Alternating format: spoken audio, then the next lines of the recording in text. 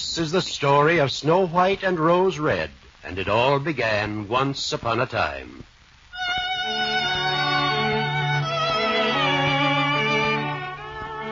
There was once a poor widow who lived in a lonely cottage. In front of the cottage, in a beautiful garden, stood 2 rose bushes, one of which bore white roses and the other red roses. The poor widow had 2 little girls who were just as lovely as the flowers in her garden. So she called one Snow White and the other Rose Red. They were as good and happy, as busy and cheerful as ever 2 children could be. Only Snow White was more quiet and gentle than Rose Red. Rose Red liked to run about in the fields and forests looking for flowers and catching butterflies. But Snow White sat at home with her mother and helped her with the housework or read to her when the work was done. The 2 children were so fond of each other that they always held each other by the hand when they went out together. When Snow White would say, "We will never be apart," Rose Red would answer, "Never as long as we live."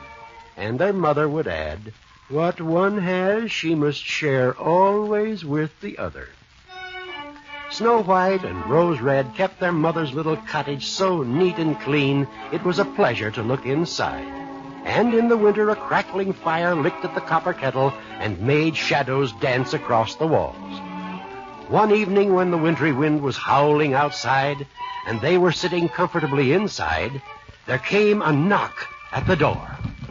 The mother said, "Quickly, Rose Red, open the door. It must be a traveler who wants to come in out of the cold." There stood a great shaggy bear with his big black head already inside the door. Rose Red screamed and sprang back, and Snow White ran and hid beside her mother's bed. But the bear began to speak and said, "Don't be afraid, I won't harm you. I'm half frozen and only want to warm myself a little beside you." "Poor bear," said the mother, "lie down by the fire. But you take care not to burn your coat." And then she called, "Snow White, Rose Red, come out. The bear will do you no harm. He means well." When they came timidly into the room again, the bear said, "Here, children, knock the snow out of my coat a little." So they brought a broom and swept the bear's fur clean. Then the big fellow stretched himself out by the fire and growled his thanks. In a little while, he was fast asleep, snoring as only a bear can snore. After that, the bear came every evening to the little cottage, laid himself down by the hearth, or played with the children as much as they liked. They got so used to him that the doors were never fastened until their big black friend had arrived.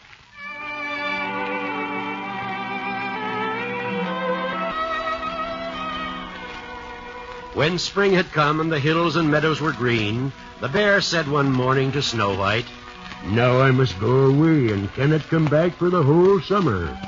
But Snow White wanted to know why. "Where are you going then, dear bear?" "I must go to the forest and guard my treasures from the wicked dwarfs. In the winter, when the earth is frozen hard, they have to stay underground because they can't work their way through. But now, when the sun has warmed the earth, they break through it and come out to pry and steal. And whatever they take away is never seen again." Snow White was very sorry the good bear was leaving, but she understood that somebody had to guard against the dwarfs. A short time afterward, the mother sent her children into the forest to get firewood. There they found a big tree lying on the ground, and close by the trunk something was jumping backward and forward in the grass, but they couldn't quite make out what it was. When they came nearer, they saw a dwarf with an old withered face and a beard a yard long. The end of the beard was caught in a crack in the tree, and the little fellow was jumping backward and forward like a dog tied to a rope. He glared at the little girls with his fiery red eyes and shouted, "Why do you stand there? Can't you come here and help me?" Rose Red asked him what had happened. "Well, nothing is any of your business, you silly little goose. But I was trying to split some wood for cooking, and I got my fine beard caught in the split. Pull it out for me this minute." The children tried as hard as they could, but the beard wouldn't budge. "Just a moment," said Snow White suddenly. "I think I can help you." And she pulled her scissors out of her pocket and cut off the end of the beard. As soon as the dwarf felt himself free, he grabbed the bag that lay among the roots of the tree and lifted it up, grumbling to himself. "Rude people to cut off a piece of my fine beard. Bad luck to you." And then he swung the bag upon his back and went off without even looking back at the children. But Snow White and Rose Red had seen something amazing. They had seen that the bag was full of gold. Sometime after that, Snow White and Rose Red went to catch some fish in the brook that ran through the meadow. As they came near the brook, they saw something like a large grasshopper jumping toward the water as if it were going to dive right in. They ran to it, and they found it was the dwarf. The little man had been sitting there fishing, and unluckily the wind had twisted his beard until it was all tangled up with the fishing line. Just then a big fish had snapped at the hook, and the feeble little dwarf hadn't been strong enough to pull it out. As the children came up to him, the fish was pulling him right into the water. The girls had come just in time. They held onto his coat-tails and tried to free his beard from the line, but all in vain. Nothing was left but to bring out the scissors again and cut off part of the beard.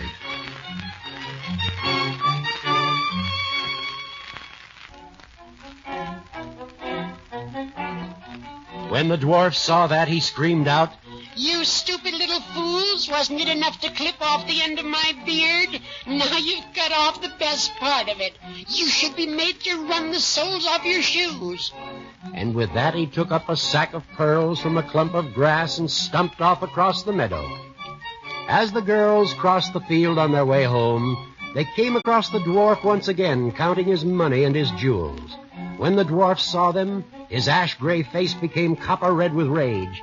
"Why do you stand there with your silly mouths open, you donkeys, you toadstools, you stupid, simple-minded..." He was going on with his chattering when suddenly behind him there was a loud growl. The mean little fellow spun about, and there, trotting toward them out of the forest, came a huge black bear. The dwarf jumped up in fright, but he couldn't get to his cave because the bear was already too close to him. Then, in the fear of his heart, he cried, "Dear Mr. Bear, spare me. I'll give you all my treasures. Look, the beautiful jewels lying there.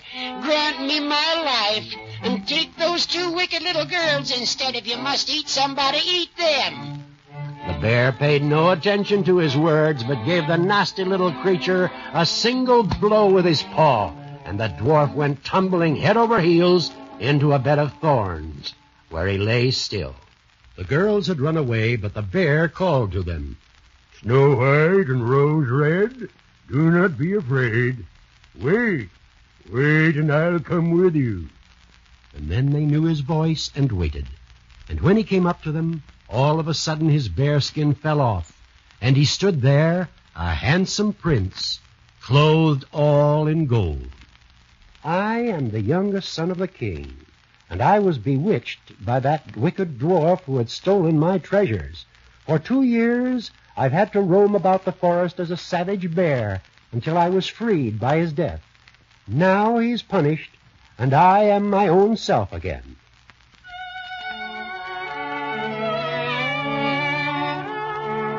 Snow White was married to him, and Rose Red to his brother. They divided between them the great treasure that the dwarf had gathered together in his cave.